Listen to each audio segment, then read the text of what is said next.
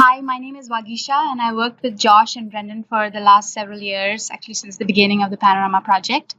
And today, for the next hour or so, we'll be working through a tutorial on Panorama. And as Josh said, if you're interested in using Panorama, there are a couple of ways you can do that. You can either set up your own instance of LabKey server and use that, or you can use Panorama, which is the server that we maintain here in the Department of Genome Sciences at the UW, and we let researchers request free projects on this server, and we give them full administrative control over their projects. So you are able to decide how to organize data in that project. So you create a folder structure that suits your lab's needs. And you're also able to control the permissions on each of the folders, so you can decide who gets to see what. So this is the folder. This is the server that we'll be using for the tutorial. So on Sunday, I believe I created accounts for all of you on the server. And hopefully everybody got an email that has a link in it that you have to click and set up your password and complete the registration process on Panorama Web. If anybody didn't get that email or otherwise had trouble signing in, please raise your hand and Josh or I can help you with that. Looks like everybody got you didn't get the email? I think she's replacing somebody else in her lab. I see. Okay. And you didn't get one either? Check your spam folder. Okay. Sunday.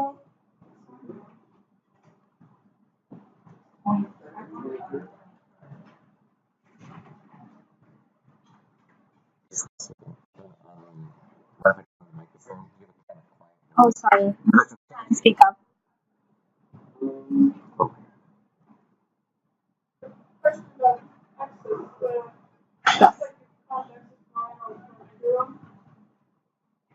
You cannot access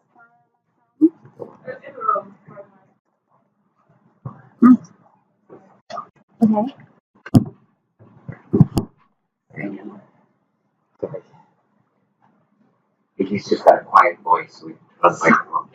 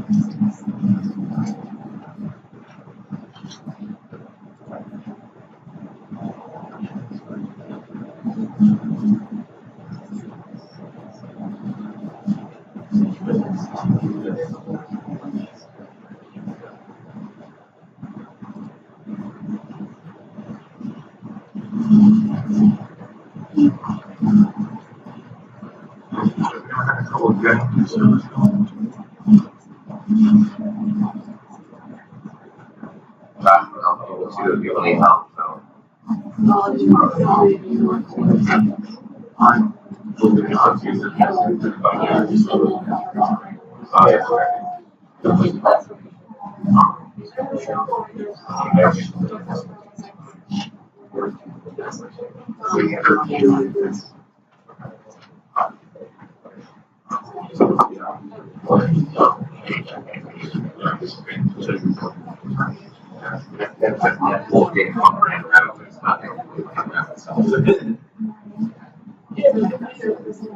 Yeah.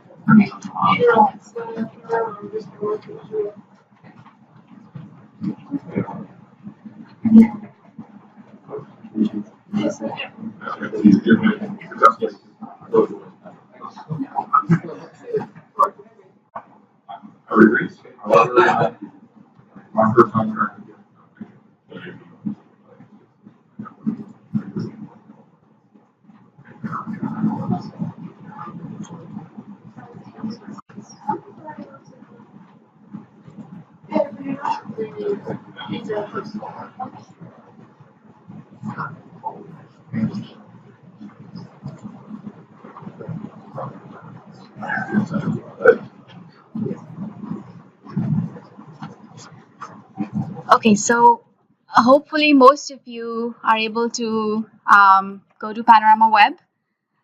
So the tutorial has two parts. The first part is introduction to Panorama, just trying to create folders, uploading data to Panorama, and then we'll mostly focus on experimental folders. And in the second part, if we have time, we'll talk about this repository that we have for published documents that we call Panorama Public, and we'll try and put something on Panorama Public. So data for this tutorial should be on your flash drive. It's under the tutorials Panorama folder. It's also linked on the course homepage, as I'll just show you. All right, so with that, let's go to panoramaweb.org.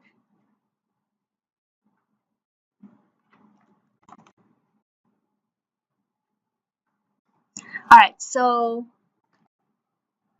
there are few things that I wanted to point out on the homepage of Panorama. So right now I'm not logged in, so this is what somebody who doesn't have an account would see on Panorama Web.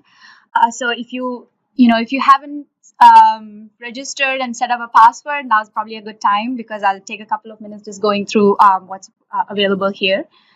So the first thing to see is this link to sign up.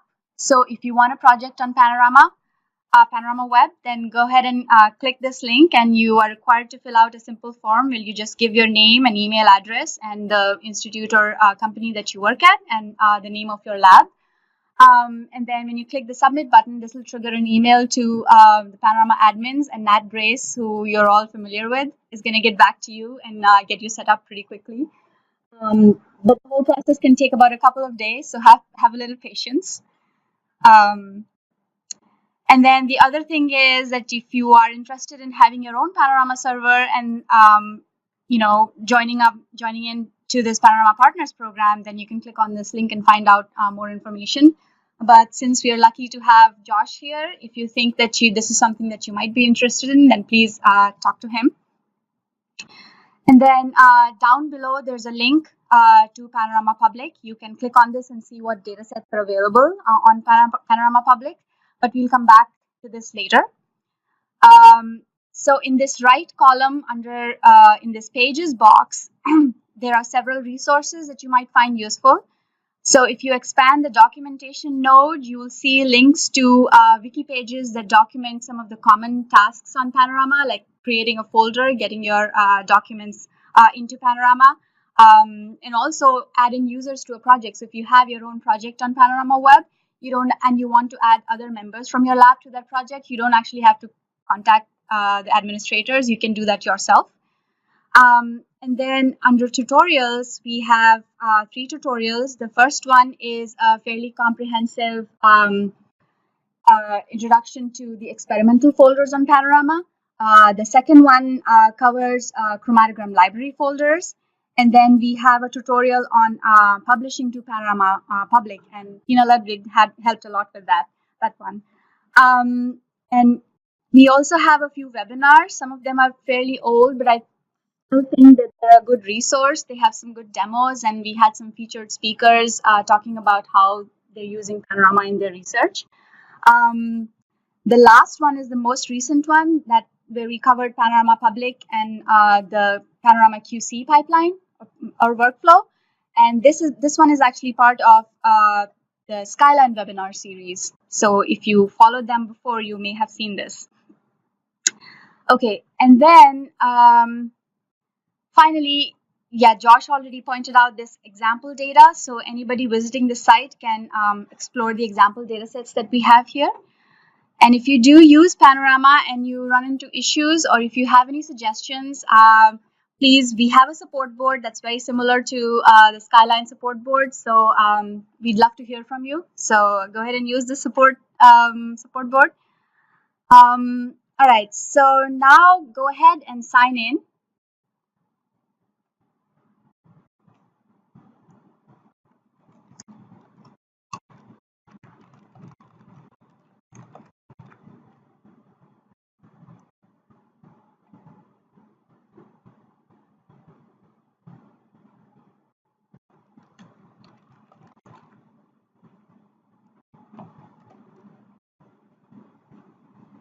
Phew.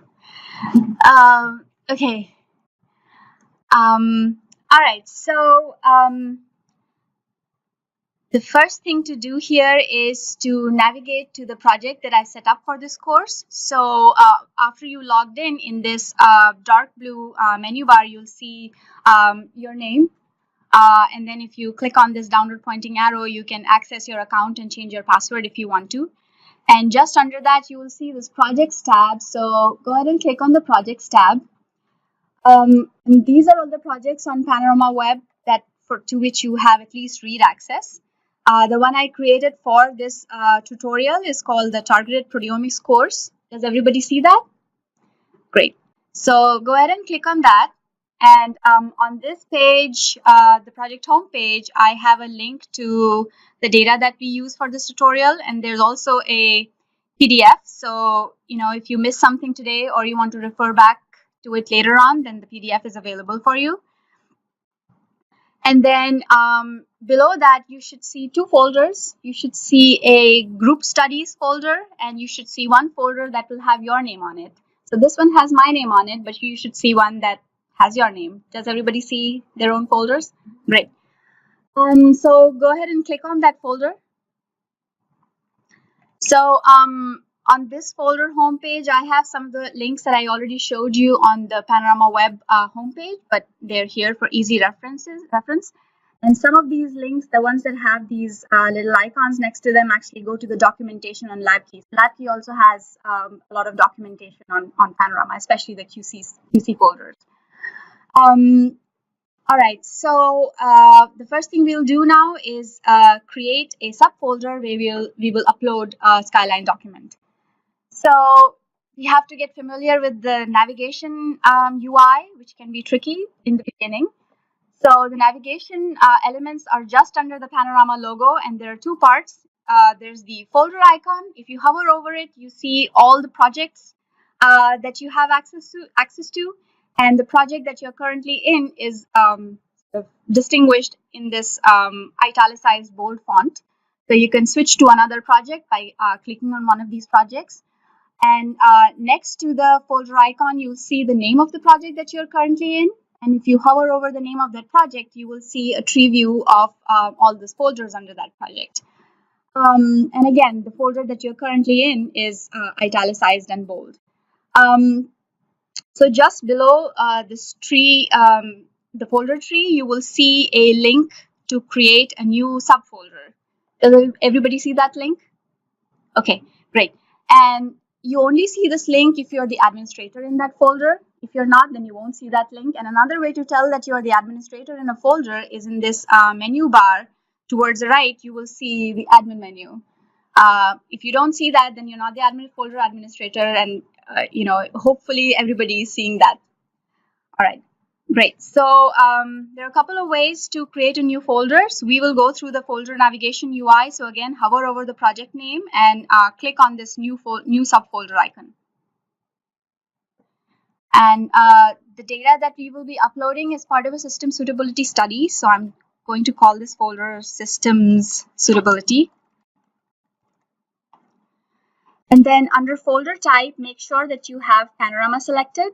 That will make sure that all the features in the module are available in that folder. And also, this is important to make sure that Skyline recognizes this as a valid Panorama folder type. Okay, and then click Next. Under users and permissions, keep the defaults checked. We will come back later to this folder and change permissions. And the next step is configuring the folder. And as Josh mentioned, we have 3 folder types for Panorama. For this tutorial, we will use the experimental data folder. So keep the default option checked and then click finish. All right, so we have our folder, and the name of the current folder appears just under this folder navigation UI. So you always know where you are, and you can always click on the name of the folder to go to the home page of the folder. All right, so right now we don't have any data in this folder, so let's switch to Skyline and upload something here. So let's see.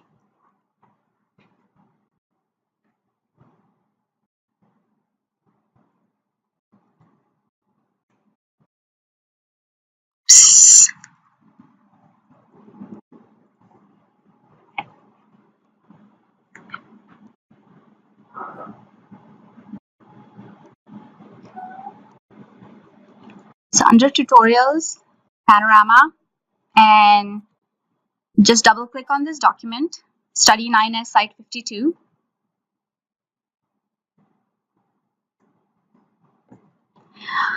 So this document is part of it was collected as part of a system suitability study that was published in 2013.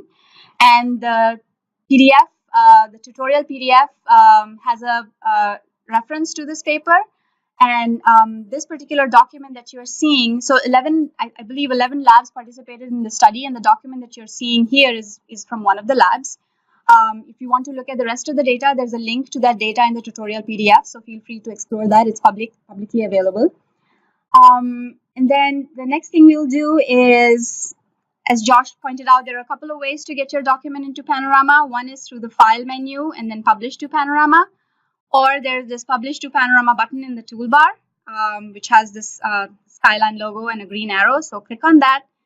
And when you're doing this for the first time, as you all seen, Skyline pops up this message saying that it doesn't know any Panorama servers to publish to. So at this point, if you click on register, this will take you to that form that I showed you where you request a new project. But since we all already have accounts and we have a project that we are working in, so we're going to click on continue. And here, just enter your email and password.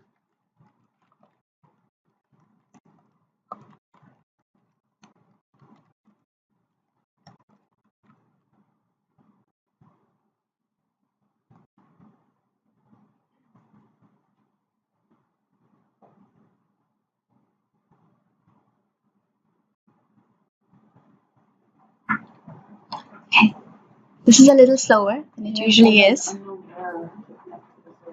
Unknown error. Okay. Anybody else see an error?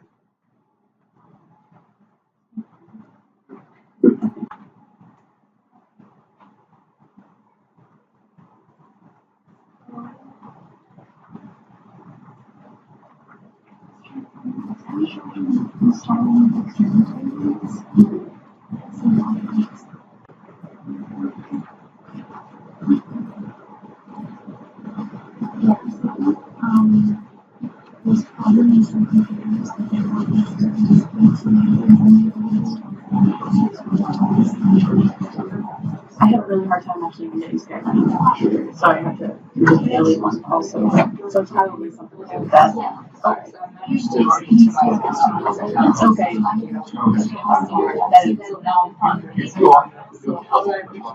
Okay. Yeah, and that was always the error with Skyline too.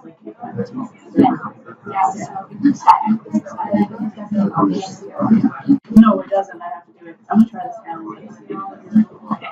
Let's see if it goes there. Thank you. So, are people seeing the published document dialog or your stuff?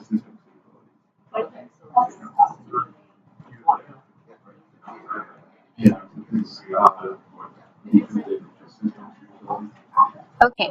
All right. So, you should see this tree view, and here navigate to the folder that you just created, which for me, I created a system suitability folder. So go ahead and select that folder and click OK.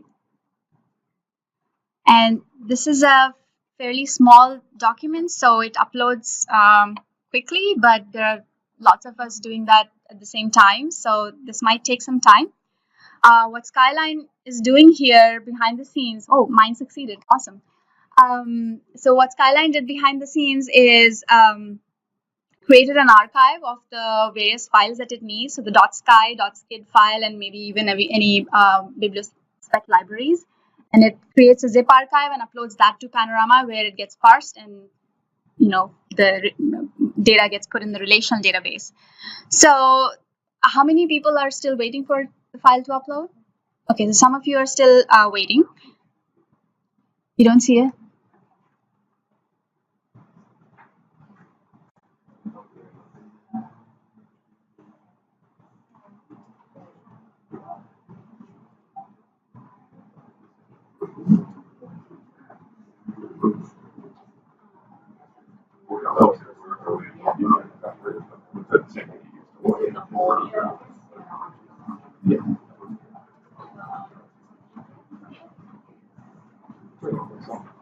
Yes.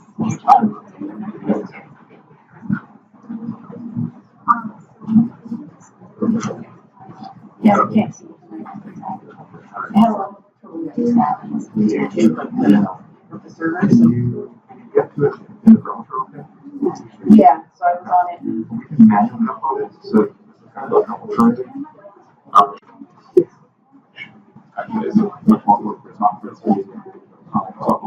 Okay.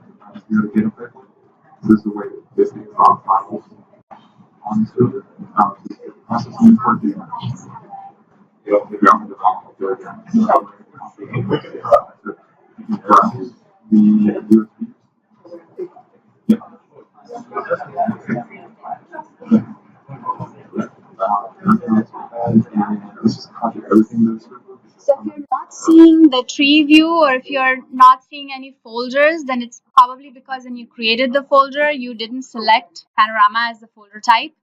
And if that happened, then Skyline doesn't recognize any valid folders as being available to publish this document. So I guess for most of you, this must have succeeded by now. So you can click on yes.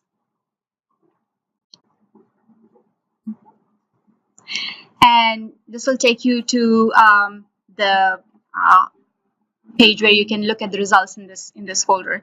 So one thing I want to point out in Skyline, have all of you seen the document file share dialog yet?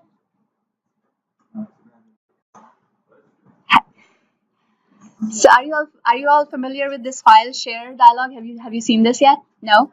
So this is actually pretty convenient. So if you have a Skyline document and you want to give it to somebody else in your lab to look at, there are lots of files, as Brendan has shown you. So one other useful menu I find in Skyline is from the file menu, open containing folder. And here you will see that there's a .sky file, there's a sky.view, there's a skid file, and there might be other files. So what this file share does is, again, creates an archive of everything that's needed for somebody else to open that document, and it creates a zip file that you can then pass along to other people. And that's what's happening when you're publishing to Panorama, is that the zip file is getting created and uploaded to Panorama Web. All right, so let's go back to Panorama. All right, so it's great that most of us have our documents uploaded already, but this is not the data that I wanted to show you. There's some other data that I've uploaded that I'd like to go through. So again, practice folder navigation. From the folder navigation UI, select the group studies folder. And I hope all of you can see it. If you can't, please let me know. So this folder has a single file. It's from a heart failure study in rats. And if you haven't already seen this file, you will probably be seeing it in the next session with Brendan. So this contains some data from 7 healthy and 7 diseased subjects, and there are 3 replicates for each. So go ahead and click on the name of the file. So now we are at the document details page that Josh talked about. Here, there's a little bit of summary, which you see in Skyline as well, the number of proteins, peptides, precursors, and transitions. And then in this precursor list table,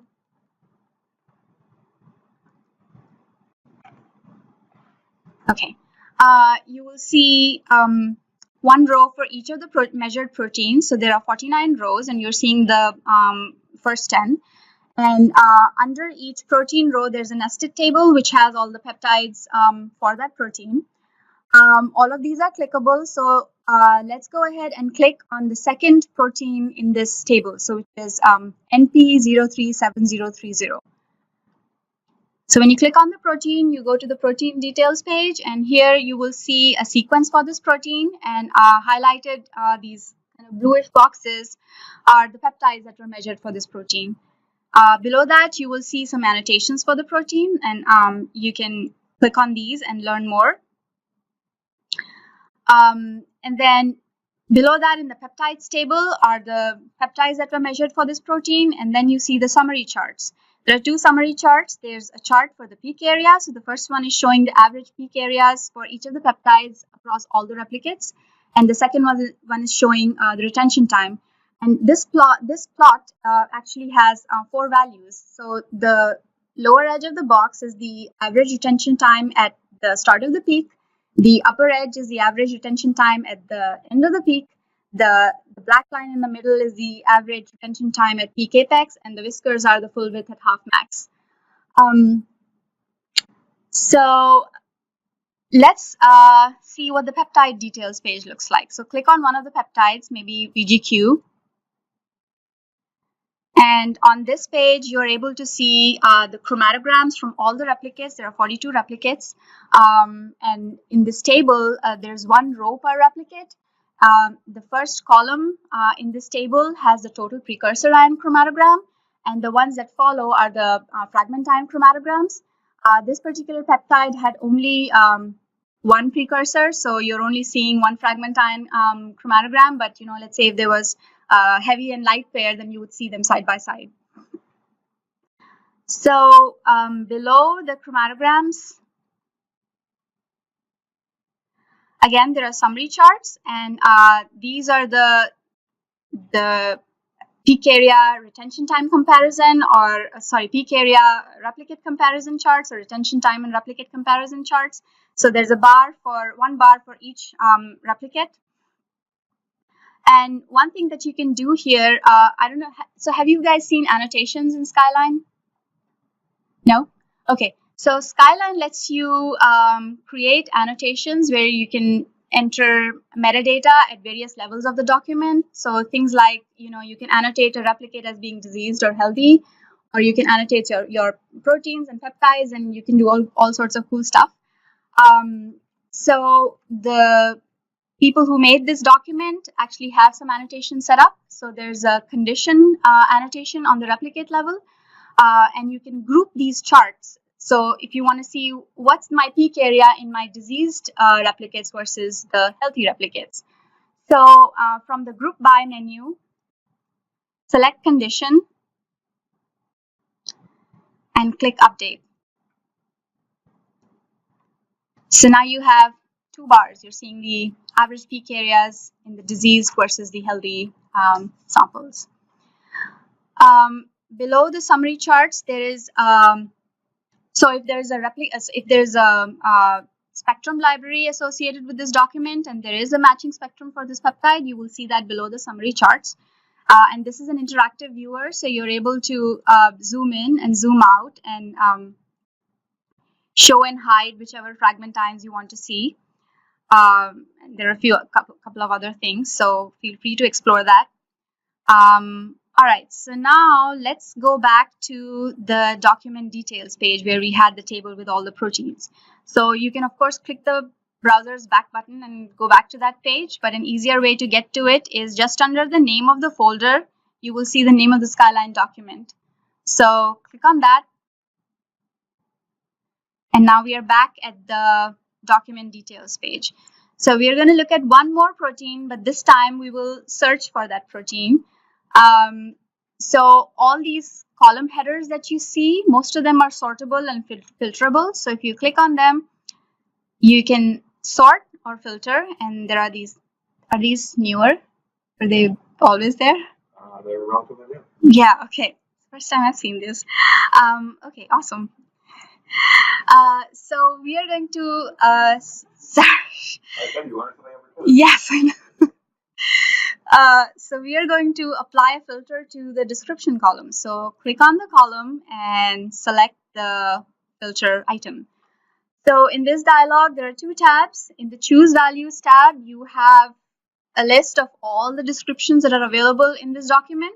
So you can choose which ones you want to see, but we are going to apply a different filter. So in the Choose Filters tab, there are lots of types of filters that you can apply. I'm going to use the Contains filter, and I'm going to look for haptoglobin. And if I've spelled it correctly, then yes. Okay. So I see the protein that I searched for. Okay, great. So let's again look at the protein details page. So click on the name of the protein. And one thing that you'll notice here that there's no sequence for this protein. That's because the original Skyline document didn't actually have a sequence. And I believe you get a sequence if you start with a background proteome or use a FASTA file, right, Tina? But if you just simply enter something in the target list, then you don't have that information. Okay, so let's see, what else can we do here? So we have a list of the peptides. Let's go ahead and look at the peptide details page for the first peptide, the LQT peptide. So one thing I want to point out here is that you can also filter the chromatograms that you're seeing here. So expand this display chart settings.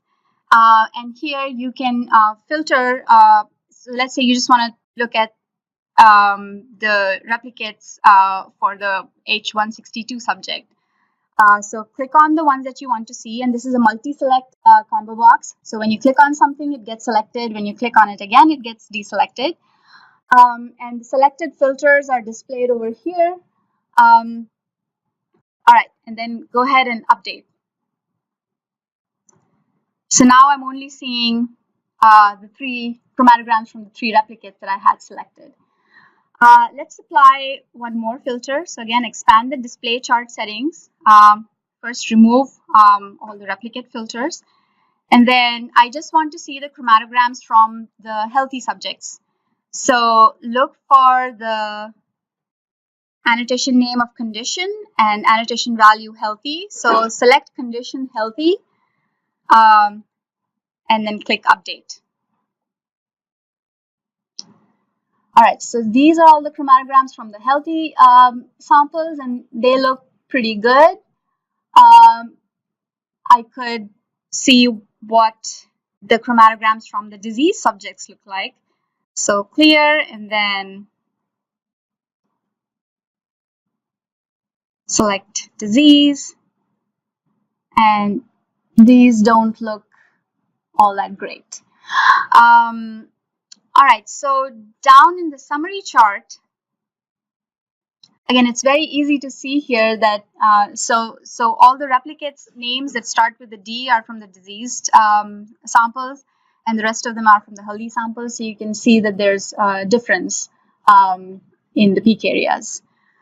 All right, so going back to the document details page, and again, go all the way to the top of the page, and under the name of the folder, click on the name of the file. Oops, sorry. That is actually not what I wanted to do. So hit the back button, go back to the peptide details page, and I want to go back to the protein details page. So you'll see the name of the protein in this summary box, NP03714. So click on that. And then let's try and group. So we saw that one peptide for this protein clearly had a differential abundance for in the disease versus healthy samples. Let's see if it's the same for the other peptide as well. So again, in the summary charts, under the group by combo box, select condition and click update. And now you have these first 2 bars are from the diseased and the healthy subjects for the peptide LQT, and these two are for the other peptide. And clearly there's a difference in these peptides. So maybe this is a protein of interest. Okay, so everybody good so far? Any questions? None? Great. Yes.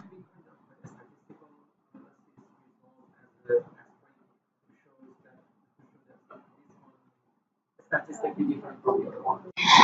There isn't. So this is just data that's imported from the Skyline document. Yeah, no, there isn't. So maybe the group comparison stuff is going to have some of that information, but I don't know how to get to that. I don't think there's any built-in. Yeah. I think that it's definitely a valuable thing to have. Yeah.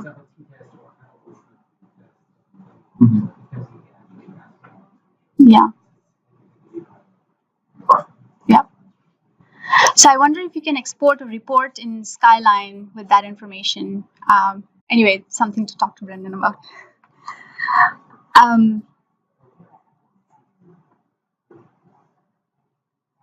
Okay. All right. So next thing we will do. So I guess I could show the document chaining. So by now, all of your documents must have uploaded. So let's go back and see if everything is there. So go to your system suitability folder, and you should see that there's one Skyline document available there. So Josh talked a little bit about Panorama supporting document versioning. So in the last section, Brendan was talking about method refinement. So you have various iterations of the document. So it's useful to have that information, save the state of your document at each major step.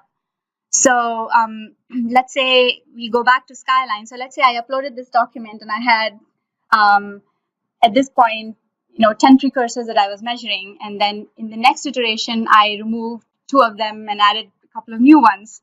We'll just pretend that we are doing that. We won't actually change the document. So go back to Skyline and then publish this document to Panorama again.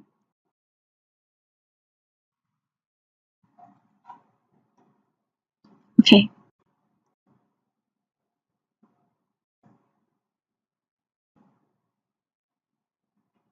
All right, so this is one useful feature that was added recently, is that if you're trying to upload a document, the same document, and that has already been uploaded to Panorama, Skyline will pop up a dialog box saying, oh, you already uploaded this. Do you want to publish it to the same location? And in this case, I'm saying yes. And I think starting from Skyline 3.6, Skyline associates a unique document ID, which with each document. And Panorama is able to recognize this, and if it sees documents with the same ID in the same folder, it will link them together. So let's see, hopefully this import will finish quickly.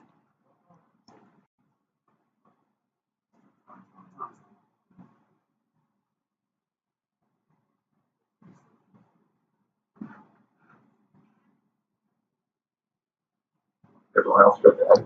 I think so. So am I the only? Okay, awesome. All right, so now when we look at this document, you will see that there's something in this document versions box. And the latest version is, or the current document that you're looking at is highlighted, right? Is that the thing? That correct? Okay. So it's useful to have, different states of your document be captured in one location. So that, if at a later point you want to compare things, you can do that. All right, so the next thing we will do, so navigate back to your own folder. So one step above the system suitability folder, so the folder that has your name on it. Next thing we'll do is we will try and change permissions. So right now, if you are on the targeted proteomics course homepage, you only see 2 folders because all our folders are private. I have access to my folder, and only you have access to your folder. So let's go ahead and change the permissions on our folder. And you can do that from this admin menu. So admin, folder, permissions. And then I want to give read access to this folder to everybody in this room.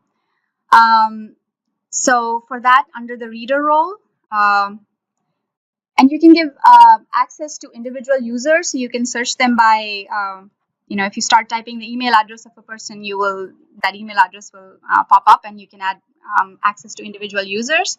But for this particular course, I have created a permissions group that's called course participants, and all of you are members of that. And this is something that you can do if you're the project administrator. So if you do have your own project on Panorama Web, you will be able to create these permission groups. So select course participants and save and finish. All right, so now if I go to the targeted proteomics course homepage, great. So a lot of you have shared your folders, so that's wonderful. This worked out. Last time I did this, it didn't work out quite this well. Okay, so does anybody have any questions? This is pretty, yes.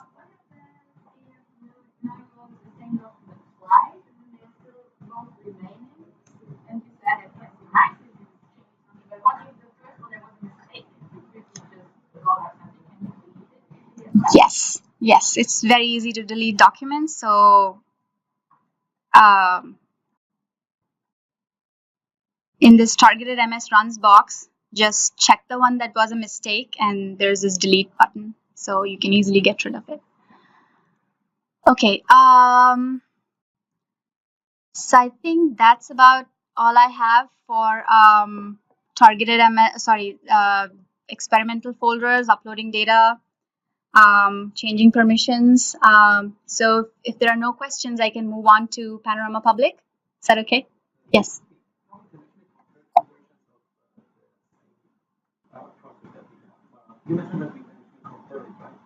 So we can do a very simple version. So if you click through each of one of those versions, you'll see under document versions right now, we just show the kind of counts. So yeah, you just let me go through. So that's particularly useful for things like when you're doing that method development and you're kind of curating down to different set of targets. What we're looking to add in the future is kind of a more detailed comparison on this peptide was added or removed. So those sorts of views. But for now, this is it. Of course, you can click on either one to pull up that version. But if you have to see that kind of summary, the differences is totally common. Okay, and you'll notice that this note column is right now blank, and you can associate, you can put some comments for each of these documents, and you can do that from this flag column.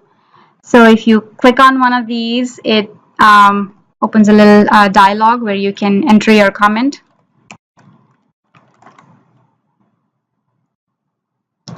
And then if you go to the document details page, that thing that you entered there appears over here. Okay, any other questions? No. All right, so we'll go to, do I have time? Yes, I have a few minutes. Panorama Public. So I just have a few slides here for Panorama Public. So hopefully I've managed to show you, how easy it is to get your documents up on Panorama and how easy it is to change permissions. So you can, keep your data completely private or make it public. And we found that several researchers on Panorama's web started putting Skyline documents associated with their manuscripts up on in their projects on Panorama.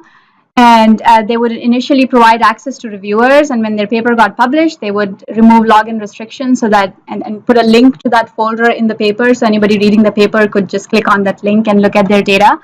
So this is pretty cool, but there are a couple of issues with this. One, the published data is spread out across projects, so there was no good way for us to have a centralized catalog of all the published data that could be searched, and people could come and look at it. And the second thing was that the journals had a little bit of a problem with this because the data still remained under the control of the authors. So, it's possible to accidentally delete stuff or change things even after the paper gets published.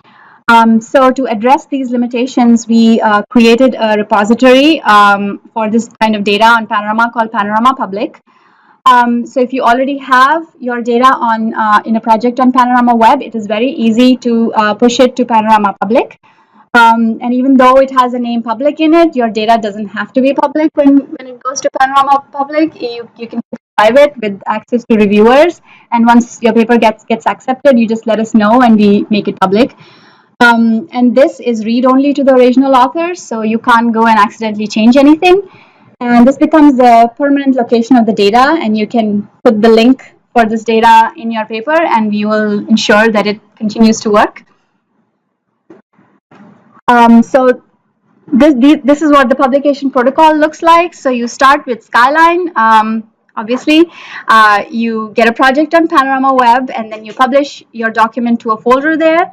And the next thing you need to do is you need to provide some information about that data. So you enter an abstract, organism, instrument, etc.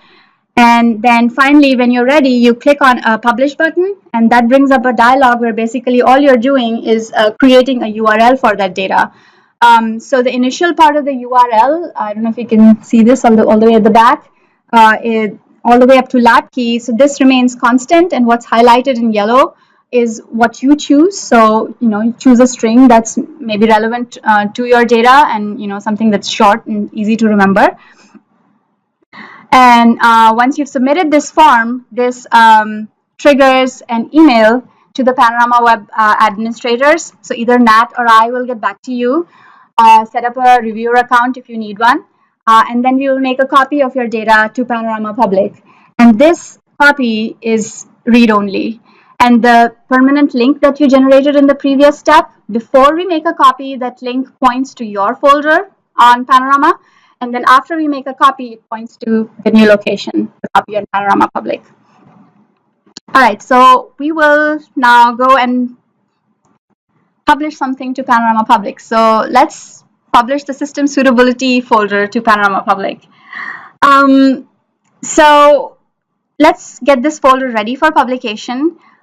One thing that we can do, I should point out that the folder homepage is kind of special in that it's customizable. So these boxes that you see here, the MS runs, spec search box and the targeted MS runs box, these are called web parts, and you can move them around on a folder homepage. You can remove them, add new ones.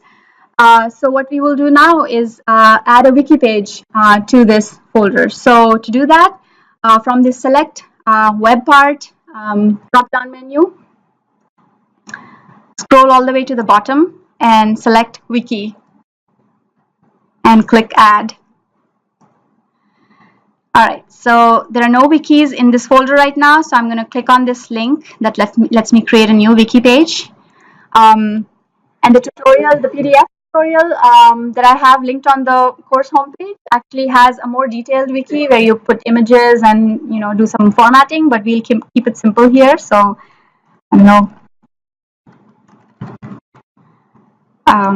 just something simple, and click save and close. So now I have the wiki on my folder homepage, and I want to move this all the way to the top. So next to the title, click on the downward pointing arrow to access the control menu, and then select the move up option. And I'm going to move it all the way up. And then I'm not really interested in the mass spec search box, so I'm going to remove this from the page. And the next thing you need to do before you publish to Panorama Public is provide some additional information about this data. So again, add a web part for that. From the select web part menus, choose targeted MS experiment and click add. So now you see a new box here, and it's telling me that there's currently no experiment. So I'm going to click on this link to create a new experiment. And here enter a title.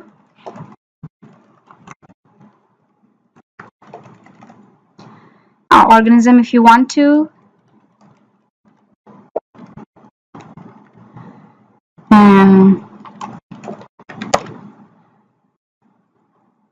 And you can also enter a description for your experiment, a description for your sample, and there are a couple of fields here, the citation and publication link. So if this is associated with the manuscript that you're currently sending out for review, you don't have this information. But once it is on Panorama Public and you have this information, we'll help you get it updated there. So click submit. Awesome. So now I'm on the experiment details page. And here you can review what you just entered, make changes if you want to. And let's see what our folder homepage looks like right now. So this is not the folder homepage. As you will notice, there's no there's no control menu to access here. There are no downward pointing triangles. So to go back to the folder homepage, click on the name of the folder right under the navigation menu. And all right, so this is what my folder looks like right now. So I'm going to move this targeted MS experiment box right to the top. Okay, so now I'm ready to publish to Panorama Public. So click on the publish button. And here you just enter a link that you want to use for your data. It can be anything. The only restriction is that it has to be unique on the server. So if you pick something that somebody else has already taken, then you will be prompted with an error. So I'm going to enter SSPV Sharma, and maybe you can do that too. And then click publish. Awesome. So again, I'm on the experiment details page, and you will see this copy pending message here. And what this is telling you is that this data hasn't yet been copied to Panorama Public. And until it is, don't make any changes that you don't want to see in the final copy. That's all it's saying. So, you maybe accidentally edit your wiki, or you delete one of the files. So just be aware that until a copy is made, whatever the state of your folder is at the time the copy is made is what it will look like on Panorama Public. You have the access link here, and then there's a new publication activity table, and this has this also has your access link, and it has this copied column which right now is blank. Once a copy is made, then there'll be a date here. And these edit and delete buttons will be replaced by a republish link. So, let's say your reviewers look through your data on Panorama Public, and, they recommend that you make some changes. So you come back to your own folder, make those changes, and click the republish button, and then we'll make a fresh copy to Panorama Public. All right, so that's about it. Maybe during the break, I'll make some copies, and you can see what your data looks like on Panorama Public. Hopefully this got you excited enough to want to try and use Panorama. And hopefully I'll see lots of new project requests, and many of you will put your data on Panorama Public. But even if this experimental data folder you didn't find that super exciting, I think what Lindsay is going to talk about is pretty exciting. So over to Lindsay for talking about the QC folders in Panorama. I have one quick question. Yes. What do people? How long will these kind of course-specific folders last on here? Can you contrast that with creating a full project? I can talk about. Oh, how long these last here? So these will remain until the next course, whenever that happens. So don't assume that they'll last forever. So if you do want to keep trying Panorama, I recommend that you get your own project and start playing around there. These will remain, I expect, for a few months, but definitely not longer than 1 year. So yeah, please, lots of new project requests. Yes. How do you access? Sorry. Do you request access to someone else's folder, basically? Someone else's folder. So if you know that person, you can email them and say, hey, can I have access? But yeah, you have to request the administrator of that folder to give you access. In addition to being able to select from existing Panorama web users, from the drop-down like Peter showed, kind of adding permission for others in this course, you can also add brand new people there. So you can enter an email account. But basically, the model is whoever set that up, whoever's that administrator, they're in control of that. And so kind of to go to them as opposed to going to Visha or someone else in the comp Yeah. lab. So yeah, actually, on the Panorama homepage and even on your folder, there's under the documentation node, there's a wiki page on how to add new users. So if you're the project administrator, this will walk you through how to add new users, other members of your lab, let's say, to the project. Yes. Can we upload our data in real time to Panorama? So yes.